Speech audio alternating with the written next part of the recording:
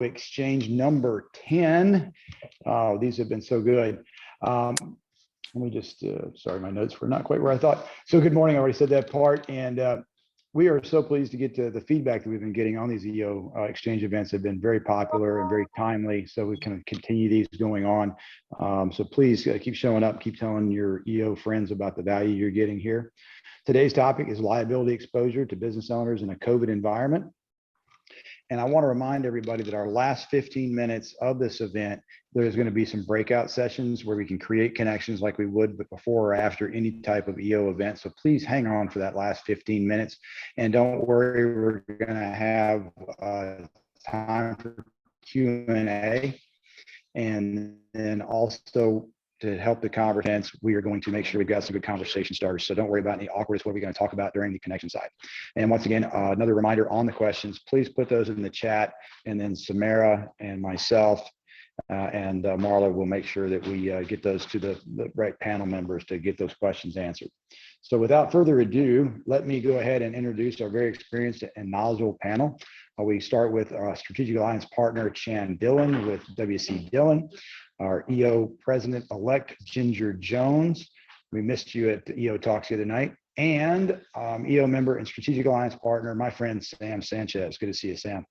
So starting out with Chan Dillon, he's the president of WC Dillon Company and Insight Risk Management, an independent insurance agency in Nashville, Tennessee. Chan has been EO Strategic Alliance partner since 2012. And here's a little known fact: in 8th grade, Chan saw his first concert at the Omni in Atlanta, Twisted Sister, for those of us that might be old enough to remember that band, opening for Iron Maiden. And of course, he was with 4 friends, and one of the friends' fathers wore khakis and bass loafers. And at the end of the show, the father wondered out loud, he was not sure what the hell was the matter with these kids. And in spite of being a valid question, he is luckily married to Kelly and his 3 kids, who make him happy and proud. Congratulations and welcome, Chan. Next, I want to introduce Sam Sanchez. He's been an EO member for EO Nashville since 2010 and is a strategic alliance partner with Sam's Sports Grill in Sperry's. And I had a wonderful meal at Sperry's just a couple of weeks ago. Still doing a great job there.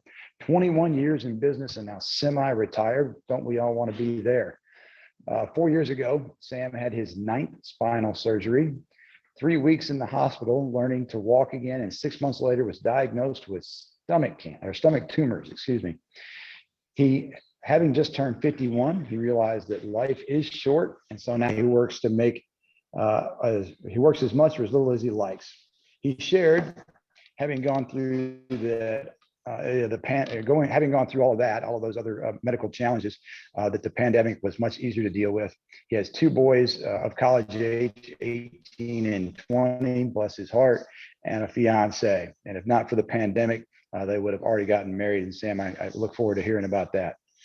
And then finally, Ginger Jones is with us. She is the founder and CEO of Jones Therapy Services, which provides pediatric therapy in 10 locations in Tennessee. She is a chewable ice connoisseur. Okay, I'd like to hear which one's your favorite. And but here today, she's going to share what worked and what didn't work leading your team and clients during those early days of COVID. So thank you very much, all of you, for joining us. And at this point, I'm going to turn it over to Chan to start our panel side of this EO exchange. Thanks so much, Mose. I appreciate that. Glad to be here today. Diving right in, because I know we're on a short time frame. What we're going to do is I will kick it off and talk a little bit about the intros to Ginger and Sam, who have had a lot of real world experience, more than our agency has, with a higher number of employees, as well as public facing businesses and working with the general public, with a lot of customers coming face to face and handling COVID through that, and the ups and downs and pros and cons of how they've managed it and been able to manage it. Our agency did go back to work June of last year. We have about 13 employees in our Nashville office, and staggered their coming in, and we already had work from home going, as it were. And so it's been pretty easy for us. We have not accepted outside visitors, and we wear masks when we move around the office. And fortunately, we have not had a staff member contract COVID to date. So that has worked well for us. After Ginger and Sam speak with a lot more, opportunity or lack thereof for trouble to occur associated with COVID. I'll talk about what we've seen from the insurance landscape associated with lawsuits and concerns for risk management and the best practices that, what we're seeing out there in the litigation world that actually is less concerning than I think people thought it might have been at the beginning of the pandemic. So with that, I'll turn it over to Ginger. I think we'll go first and give some great feedback about what she's endured. Hey, thanks, Jan. Hey guys, good morning. First of all, I am like your go-to for chewable ice if you're into it. So I know like which restaurants have it, and I have 3 chewable ice makers myself. So if you want to come over and just chew ice, it's a party. So I'm by no means an expert in the COVID liabilities, but just by the nature of my business, I'm going to start my timer, sorry, so that I don't run over. Just by the nature of my business, we were open. So it's sometimes I like smirk a little bit because somebody else in EA will call me and ask about their people not wanting to come back into the office and what they should do. And we were literally back in the office May 18th of 2020. So I just made some notes about what I feel like we did well, what I feel like I didn't do well, considerations that I wish I would have thought about earlier. And then there were a couple of things that kind of at a midway point for me, I changed the way I was doing them. So I'm just going to share that with you all. And I hope there's some value that you all gain from that as you possibly get your people back in. So timeline to help you all is that on early March. So my business is, we have probably about 7,000 kids in 10 locations that come in and get face-to-face services. So prior to March of 2020, people came, the reason they canceled were lots of other reasons, transportation, illness, whatever, but starting the beginning of March, people were starting to social distance. So we kind of knew that this was coming, and we didn't have telehealth as an option in Tennessee. So on March 23rd, we were shut down by the executive order of the governor, and we were not able to provide telehealth. So I furloughed my staff for about a week. April 1st, we started providing telehealth, and I have a staff of like, I think 67 therapists. They have never done this kind of service model delivery before. So people that had been speech pathologists and physical therapists and occupational therapists for years were learning how to do what they do in person over computer. And then we soft opened on May 18th. And honestly, I feel lucky in a way. The demand for in-person services was pretty high because children were not in school.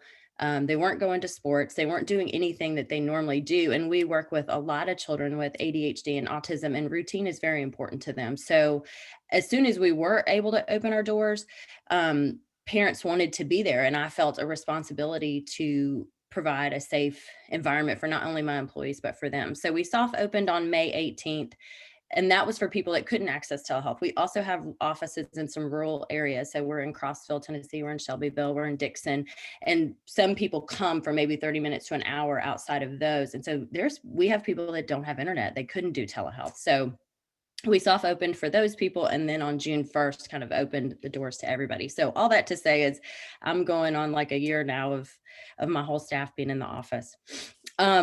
Things that I feel like I did well, I upped the communication immediately. So I was sending daily emails and weekly hopping on staff meetings. Now we do once a month staff meetings. So that was a change for us.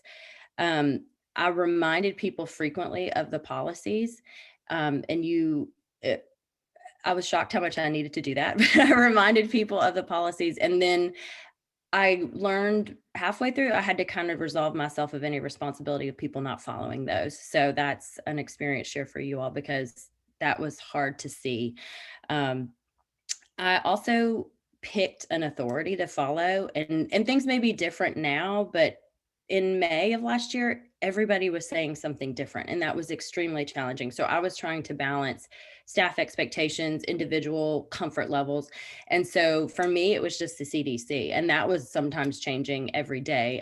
I think we're fortunate now that that's not changing as frequently, but I picked an authority to follow. But then I also said, if your doctor is saying something different, we'll go with that. So we had patients, doctors that were saying things. I had employees, doctors that were saying things. I had two people get tested on the same day. One was asymptomatic and her doctor said she had to quarantine. The other one didn't. I mean, that's how frustrating it was. So I ultimately said, as far as business guidelines, we're following CDC guidelines. But if your personal doctor says something different, ultimately, that's fine for that to trump it. We did make some accommodations, but that was also extremely challenging because different people had different fear around that. And I just share, we did have one employee whose husband had cancer and he's since passed away, but she obviously was very sensitive to not being exposed. And so, but cancer wasn't one of those things. I had to be careful because, and Chan may speak to this, but that wasn't something that I had to make an exception for her for. So we just had a lot of talks with her about how she could still do her job, but feel comfortable about her exposure. Things I didn't do well is, I don't know why I felt the need to give my staff a history lesson. I immediately was really worried about the economic impact of this. I'm still worried about that. I'm not sure that everything's as good as everybody says it is. And I've got a young staff. The vast majority of my staff, 90% of my staff are under the age of 30. And I don't know why. I just felt like it was my job to give them a history lesson. Wouldn't do that again. I was also worried about feeling uncertain. And I think if I could do it all over again, I just would be more honest that I didn't know what we were doing and we were going to try this and we were going to mess up and it's okay. And we'll come back to the table and redo whatever we need to. I also initially wasn't clear about what was up for discussion and what wasn't. And I know a lot of us lead our businesses probably very differently, but I'm one of those people that I'm like, hey, I've got this new idea and I want to run it by 5 people because I'm not seeing 12 patients a day back to back. And my staff is used to me being like that. And in these kind of moments, and in over the last year, there were lots of decisions that weren't up for discussion. And I initially didn't make that very clear. Now I'm way more clear about that. Also, I wasn't great, but I pivoted halfway through. We didn't share how we had mitigated. I've had about 20 staff members that had COVID themselves. So 1 through 9, nobody got it from each other. They were in different locations. Number 10 got it, and then immediately 11 and 12 got it because they weren't wearing masks. And I just say because they weren't wearing masks. We had lots of people with COVID in the offices. They never spread it. We had patients that had showed up that were asymptomatic that the therapist didn't get it and the patients weren't even masked. So the kid was fine, came to therapy, and then the next day we get a call that they actually had COVID. Therapists never got it from a kid. I was not sharing with the whole team how we had mitigated that. That was happening at a leadership level. And so remember when we came back from Thanksgiving and it was the numbers went up again, I used that opportunity to share how we had really handled May through November. And I feel like I should have done that the entire time. I should have told people we've actually had all these cases and nobody's giving it to each other. And then I changed the way I was notifying people. I took a lot of the burden initially. The first case we had, I felt like a PR crisis firm for 24 hours. And by the time number 11 happened, I was like, nope, not doing it. That you tell, if you were unmasked around somebody and you were within 6 feet, you tell them. But other than that, I'm letting the health department take care of it. I mean, it was just walking this tightrope of what somebody's protected health information that I did not feel comfortable with. So, and then a consideration that I would share that I think is an experience share. I'm trying not to give advice. There's a lot of things that I feel like were done for optics. And I think I'm glad that I initially was strong about what I wasn't going to do just to make people feel better and what I was going to do just to make people feel better. And an example of that is taking temperatures. From the very beginning, I was like, we're not going to take everybody's temperature. Kids are asymptomatic. That's going to make people feel better when we don't even know they could have it and they're not going to be showing symptoms. And we're, thousands of kids are coming in. So I'm done. So I would just say that being thoughtful about what I was going to do to make people feel better and what I wasn't willing to that might have given people false comfort was important to me. That's all. Thank you. I'm passing it on to Sam. Yes. I just want to set my timer 10 minutes. I think it's 8, but. Oh. All right. Okay, the reason I said there are, I think when things first started breaking out and people started freaking out, and I guess my director of operations as well as my business partner started freaking out. Now, keep in mind, I've gone through a lot of back surgeries. I've had a lot more surgeries than I like to talk about, but and then right after my last really big one, I had stomach tumors, which I had to have it was a long waiting period before I actually had surgery. So there was a lot of thinking time that kind of came along with it. And during that time, you know, you obviously think about life and how things are. So I actually had a whole lot, you know, where some people say, oh my God, what could it get worse? What could happen? You know, well, I tried to explain to everybody and tried to calm everybody down and say, hey, look, don't freak out. It's not like, you know, I try to explain the financial crisis, how that mainly had to do with a lot of builders, a lot of, and then just different things that have happened where like a certain, you know, like 9/11, you know, that affected New York, and, you know, it affected, you know, a small percentage. Same thing with the housing crisis. You know, it affected builders, construction. However, it didn't affect everybody. And the fact that this is affecting absolutely everybody, hey, we're all in the same boat, all right? we're all in this. We're all in the exact same shit show. So that being said, you know, we're all going to get through this together, if I can, you know, kind of use a term.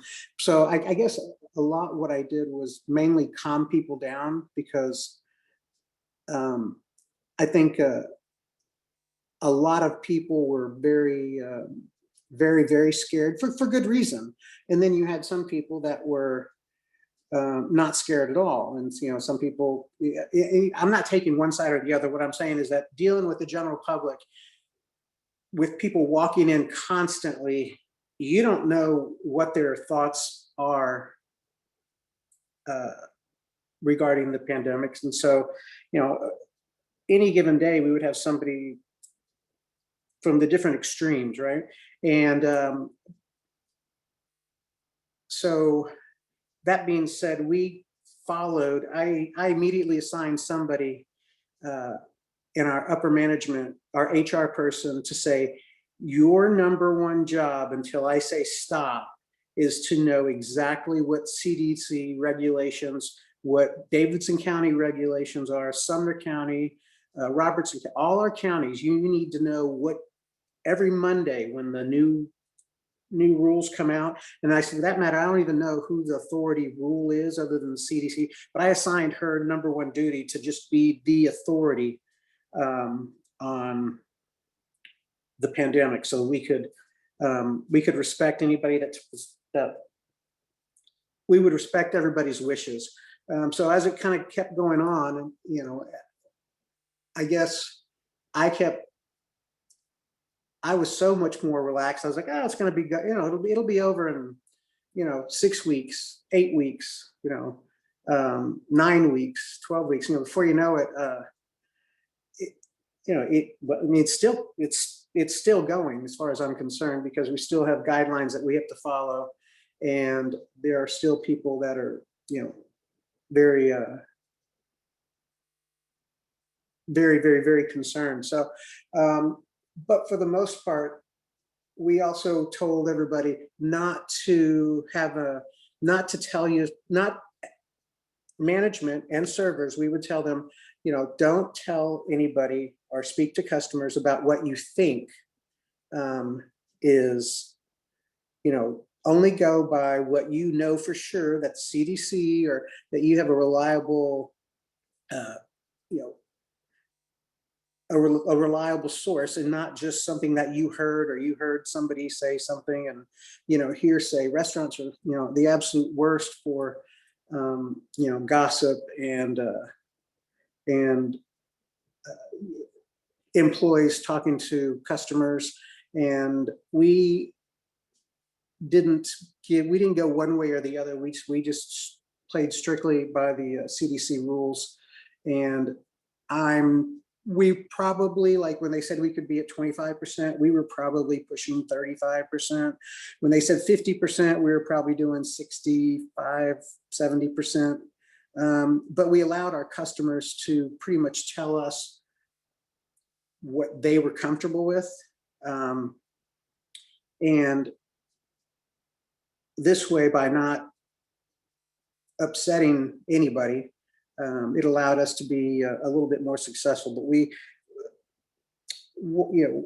one of the things I did besides assign somebody directly to it was I played it up big as if it's,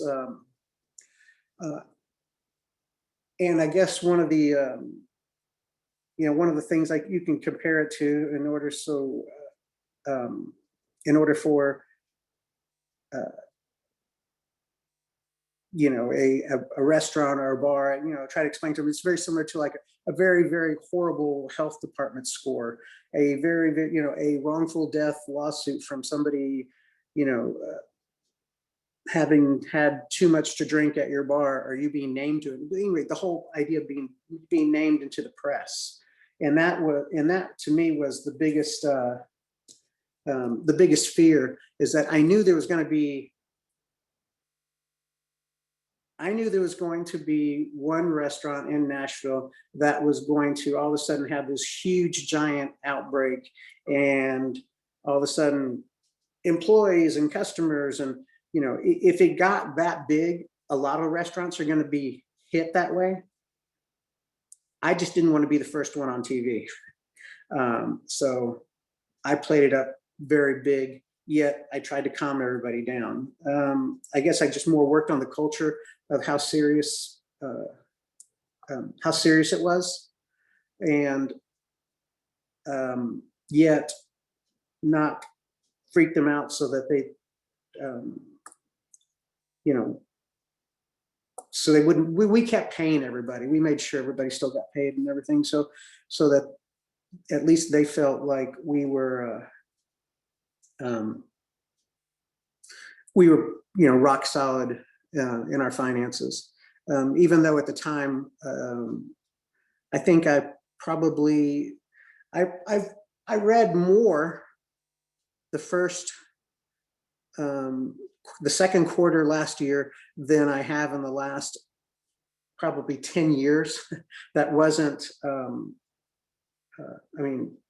business books, pretty much the only thing I read these days, but I was reading every bit of information I could get a hold of last quarter, or the second quarter of 20, just so I could be confident in talking to the rest of the company about how we felt. But anyway, I think I'm at 8 minutes. That's pretty much it. I think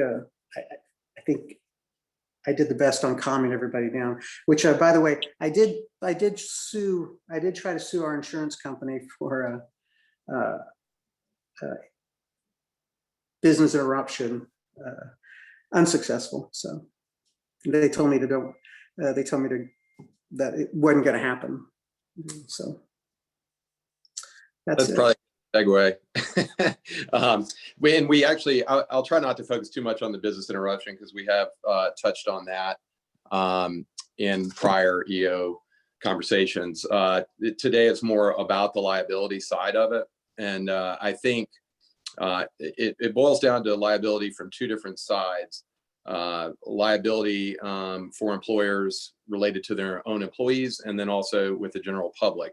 And what we found is that the lawsuits have been fewer, fortunately, than some might have feared initially with something so that's such a grave concern. And it really points to how Ginger and Sam have run their businesses based on following those local guidelines first, federal guidelines, documenting policies, training, clear signage stating what your policies are and how the public needs to operate inside your space, or your employees need to operate inside your space, prevent you from being found negligent.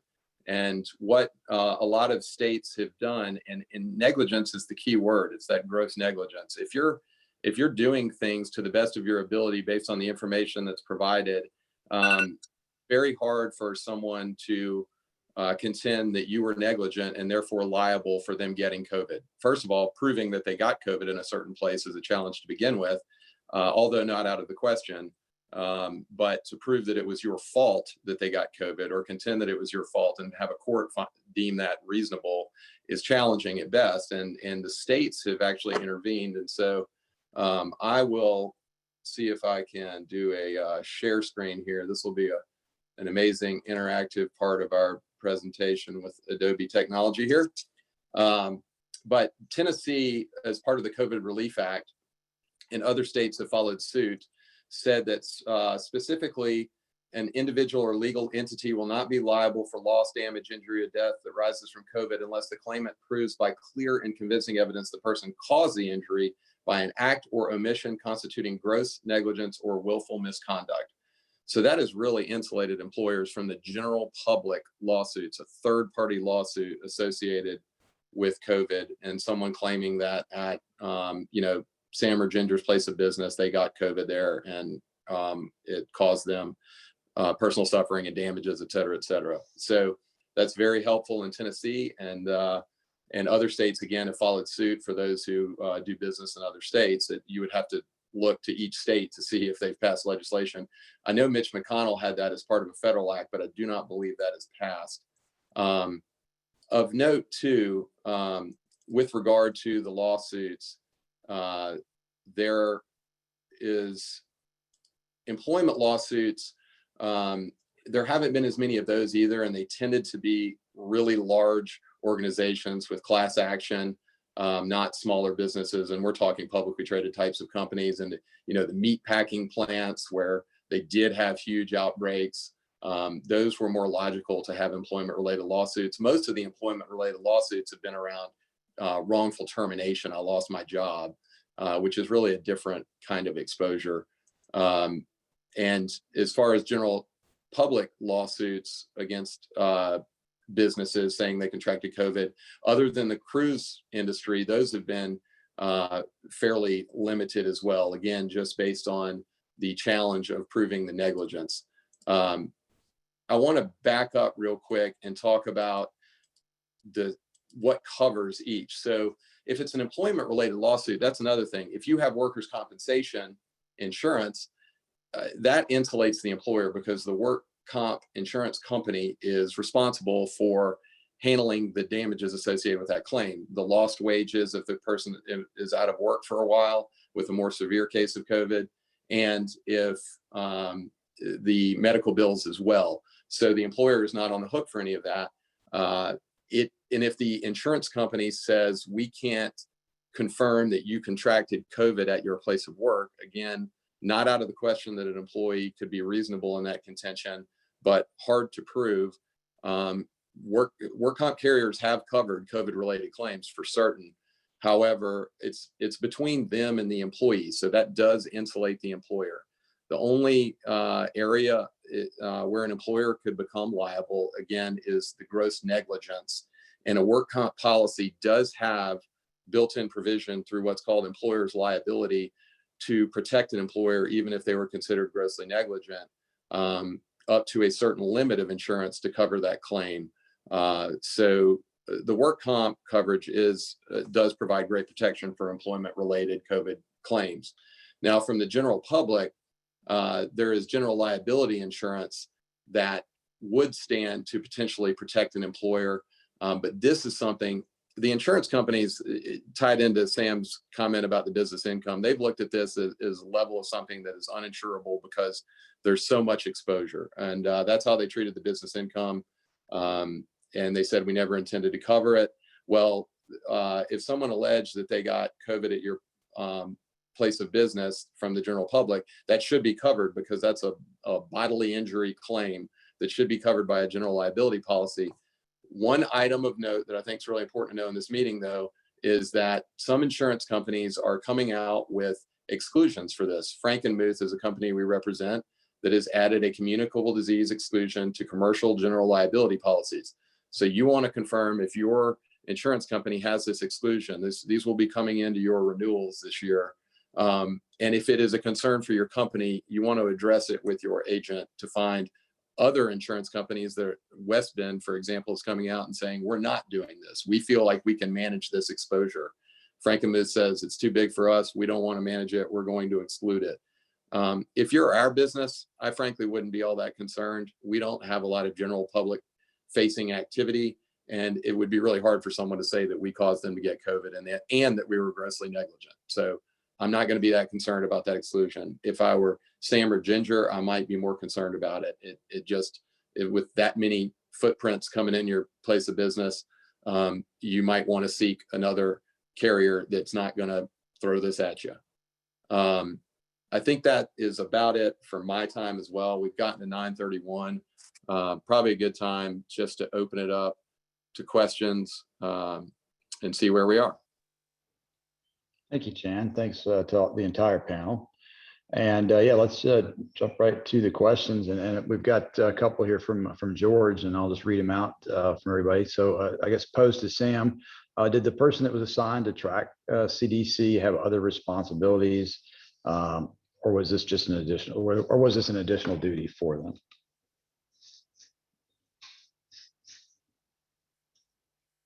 Is Sam still with us? Oh, you're muted, Sam. There you go, buddy. Right. No, they were our HR person, but you know, they handle a lot of the piddly stuff, which I mean, I don't consider their position a revenue generating position. So I move them. You know, they can do their work anytime. It doesn't necessarily have to be right this moment, at least most of their work. So yeah, they were our HR person, which I renamed them Senior Vice President in charge of COVID affairs. And there wouldn't be a raise because we wouldn't want to screw up her tax bracket. So fancy title for it instead. So Sam, while I've got you, then I had a question. You mentioned when you were presenting that you had to work to calm people down. Do you have any particular story about somebody that needed calming down, and what worked? What were the words? What were the emotions you engaged with to calm that person down? Yeah, I found it very interesting where that, we have a store in Hendersonville and we have a store in Murfreesboro, and I noticed the younger kids in college, a lot of the younger students had a tendency to just run with the craziest, wildest stories that they could come up with. In fact, one of the girls that I say had a big mouth is because she would just run with the craziest stuff. So I pretty much promoted her to send emails on a daily basis to our HR person to keep her aware of what goes on, since she seemed to be so in tune with it. So yeah, and I don't know if it was the fact that they were college students, or maybe that they were just around a bunch of much younger, immature individuals. Mm-hmm. Where that I think our Hendersonville store, we didn't have any problems with it, but I also feel it's a little bit older. The employees are a little bit older, and the ones that are younger are pretty much, they're out on their own. But definitely an interesting strategy to put to quote your term, the big mouth in charge of being the channel for email updates to the entire team. That's a good strategy to get them involved. So we've got another one here from George to Ginger. And I like this one. What did you learn from the experience that helped you better prepare for next time? And for example, you mentioned communication was key. Did you develop a list or change your intake paperwork to include something different? Yeah, that's a good question. So I think one of the things that changed me moving forward is one of my weaknesses as a leader. One of my faults is I expect people to have the common sense that I do. And I'm sure you all know that doesn't really work out well.